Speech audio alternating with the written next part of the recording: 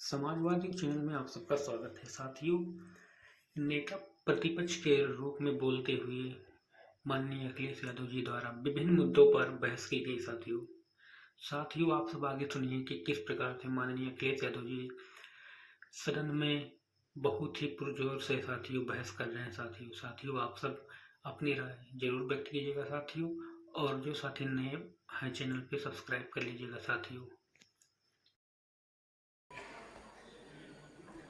एक संस्था को हायर किया गया है केवल मुख्यमंत्री जी को, सरकार को झूठ बताने के लिए, सच्चाई से दूर रखने के लिए। झूठ इज अनपार्लियामेंट्री। 200 करोड़ रुपए दे रहे हैं आप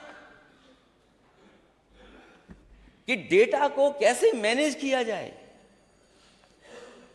जो आपने सच नहीं बोला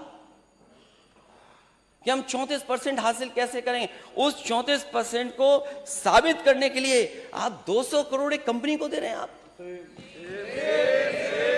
ट्रिलियन इकोनॉमी बनाने के लिए आप 200 करोड़ खर्च कर रहे हैं।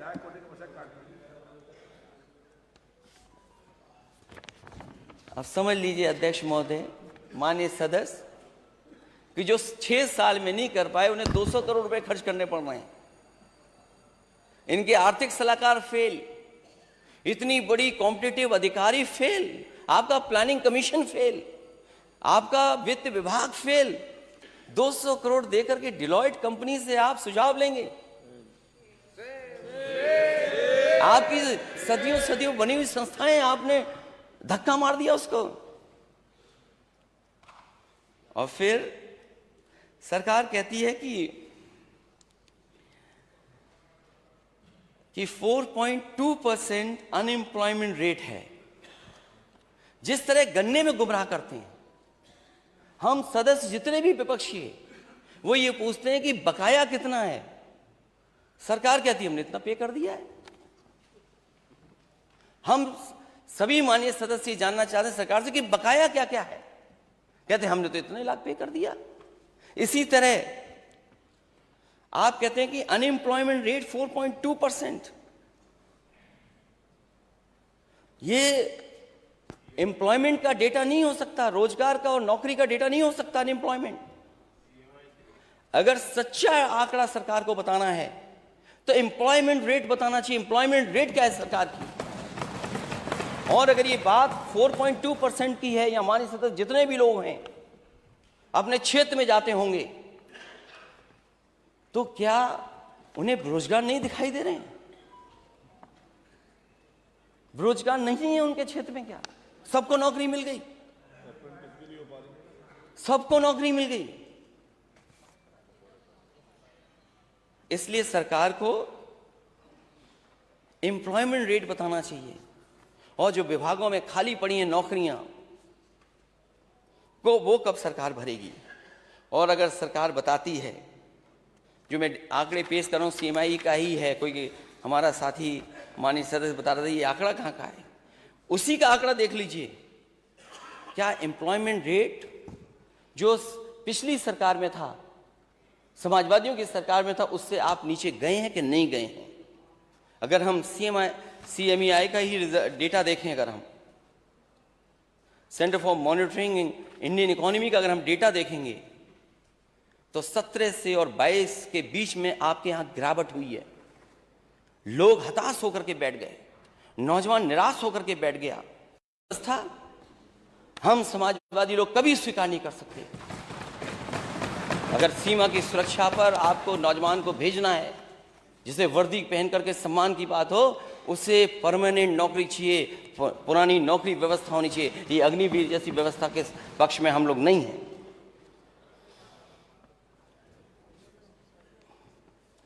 सरकार जहां सपने दिखा रही है $1 ट्रिलियन इकोनॉमी का, बड़ी बड़ी इंडस्ट्री के लोगों का स्वागत कर रही है अध्यक्ष महोदय, वहीं एमएसएमईज का क्या दोष है जो सबसे ज्यादा नौकरी दे रहा है, सबसे ज्यादा रोजगार दे रहा है? इन्वेस्टमेंट मीट में आए, बड़ी खातिरदारी हुई, कूपन को लेकर के कूपन बांटे गए। जब इन्वेस्टर्स लंच के लिए कम पड़ गए तो कूपन फ्री बटे, जिसको टाई पहन करके, अच्छे कपड़े पहन करके और कूपन हासिल करके लंच कर ले। ये स्थिति थी। जो एमएसएमई है, उसके लिए क्या किया? ये बड़े उद्योगपति तो पहले भी आए थे,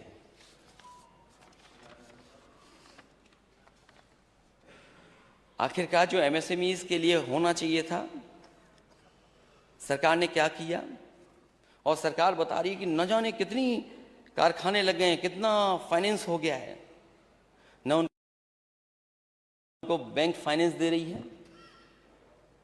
और सरकार बताए कि अगर एमएसएमई बहुत लगी है इनकी सरकार में, तो आखिरकार बिजली का कनेक्शन कितना लिया उन्होंने? केवल डेटा पे बता देना कि इन्होंने एमओयू कर लिया, ये सच्चाई से दूर होगा जब तक बिजली का कनेक्शन नहीं बताया जाएगा। एग्रीकल्चर सेक्टर के बिना आप इकोनॉमिक ग्रोथ कैसे पाएंगे? एग्रीकल्चर सेक्टर का क्या हाल है? हमारी नेशनल से भी नीचे बिलो जा रही है एग्रीकल्चर। और कम से कम जो फसलें पैदा हों उनकी एमएसपी तो सरकार दे। क्या सरकार ने एमएसपी दी है? और अभी जितने भी हमारे माननीय सदस्य होंगे वो जानते होंगे, आलू की फसल चौपट हो गई है। किसान को जो कीमत मिलनी चाहिए वो नहीं मिल पा रही है। वो बजट में कहा गया कि उनके लिए, इनके घोषणा पत्र में कहा गया कि 1000 करोड़ रुपए से रखे जा रहे हैं कुछ फसलों खरीदने के लिए। मैं अध्यक्ष महोदय आपके माध्यम से जानना चाहता हूं, जो पोटैटो बेल्ट है, आज तक सरकार ने कितनी खरीद की है आलू की? ये सरकार कम से कम आंकड़े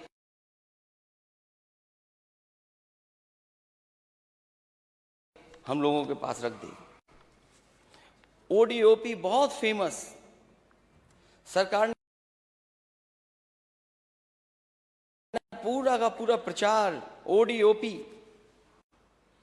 वन डिस्ट्रिक्ट वन प्रोडक्ट, एक लंबी सूची है वन डिस्ट्रिक्ट वन प्रोडक्ट की।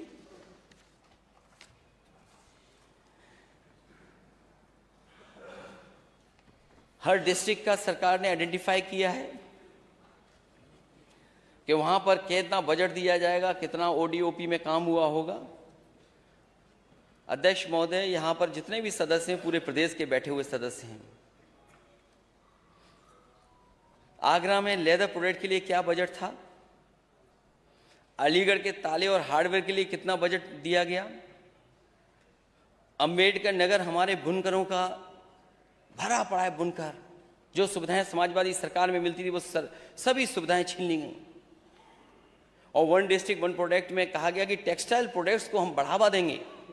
सरकार बताए कि टेक्सटाइल प्रोडक्ट के लिए क्या बजट दिया है। औरैया में फूड प्रोसेसिंग, और फूड प्रोसेसिंग में देसी घी, हमारे माननीय सदस्य बैठे होंगे, बताओ देसी घी के लिए बजट क्या दिया गया? अयोध्या में जैगरी, क्या बजट दिया आपने जैगरी के लिए? बलरामपुर फूड प्रोसेसिंग, कितना बजट दिया गया फूड प्रोसेसिंग के लिए? भदोई कारपेट दरी, वही इंफ्रास्ट्रक्चर जो समाजवादी सरकार में बना था, उसके अलावा सरकार ने क्या दिया वहां पर? फिरोजाबाद में ग्लासवेयर के लिए बजट क्या था? हमीरपुर के लिए शूज के लिए बजट क्या था? बांदा के लिए बजट क्या था? झांसी का सॉफ्ट टॉयज बजट क्या दिया आपने? कन्नौज में परफ्यूम, इत्र, अतर, पता नहीं खुशबू से क्या नफरत है सरकार को, बहुत नफरत है खुशबू से इनको। अध्यक्ष महोदय, माननीय सदस्य ने कहा कि छापा पड़ गया, मुझे अच्छा लगा कि पूछ लिया। अध्यक्ष महोदय, जिस पे छापा पड़ा था वो भारतीय जनता पार्टी का था।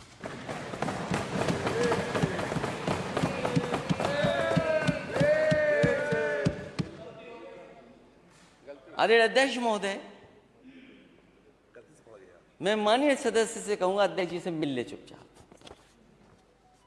क्योंकि कानपुर के जिस उद्योगपति पे छापा मारा गया था उससे समाजवादियों का कोई रिश्ता नहीं था।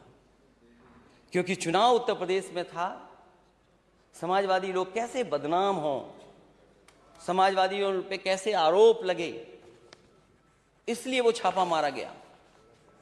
और गलती डिजिटल इंडिया की थी, क्योंकि जिसने इत्र का और परफ्यूम का लॉन्च किया था उसका नाम भी पी जैन है, वो भी कन्नौज का रहने वाला है, वो भी उसी मोहल्ले का है, उसका भी कारोबार कानपुर में है, मुंबई में है। पता नहीं कंप्यूटर में क्या दिखाई दिया डिजिटल इंडिया में कि जिसके यहाँ छापा मारना था उसके यहाँ छापा नहीं मारा अध्यक्ष महोदय। अपने यहाँ ही जो काम करता है, जो बीजेपी का समर्थक था, उसके यहाँ छापा मार दिया। और अपनी खीज मिटाने के लिए इन्होंने फिर दोबारा उसके ऊपर छापा मारा। ये तो छापामार सरकार है, और ये कोई नई चीज नहीं है। जो दिल्ली में रहता है वही छापा मारता है। पहले भी सरकारें थी और ये भी सरकार है। कम से कम बीजेपी के लोगों ने कांग्रेस पार्टी से कुछ अच्छा सीखा है, क्योंकि कांग्रेस पार्टी भी छापा मारती थी। बीजेपी ने कम से कम कांग्रेस के रास्ते पे चलने का काम किया है। बीजेपी ने अब बहुत नए नए विधायक जीते हैं, माननीय सदस्य जीते हैं, इनको पुराना इतिहास कांग्रेस का पढ़ना चाहिए। मेरठ स्पोर्ट्स प्रोडक्ट बजट क्या था? तो ये आखिरकार ओडीओपी का प्रचार क्यों है इतना, जब आप बजट नहीं दे रहे हैं उसके लिए? और जो $1 ट्रिलियन इकोनॉमी में एमओयू किए हैं, उसकी सच्चाई कब तक जानेगा उत्तर प्रदेश? इससे पहले जो इन्वेस्टमेंट मीट हुई थी, जिसमें लगभग 4 लाख करोड़ से ज्यादा के एमओयू साइन हुए, अध्यक्ष महोदय देश के सब उद्योगपति वो आए जो दूसरी इन्वेस्टमेंट मीट में आए, लेकिन अध्यक्ष महोदय एक भारतीय जनता पार्टी के मित्र उद्योगपति नहीं आए।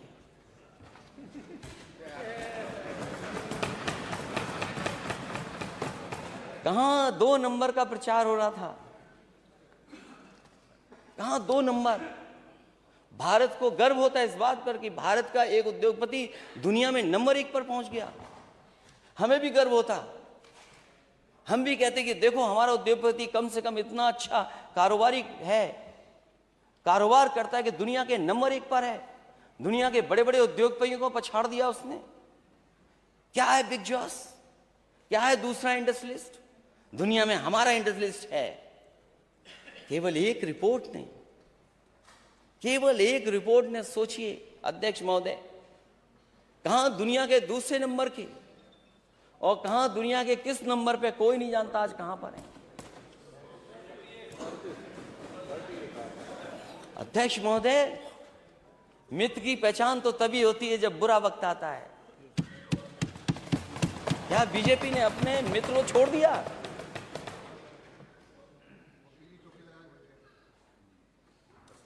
अपने मित्र को छोड़ दिया?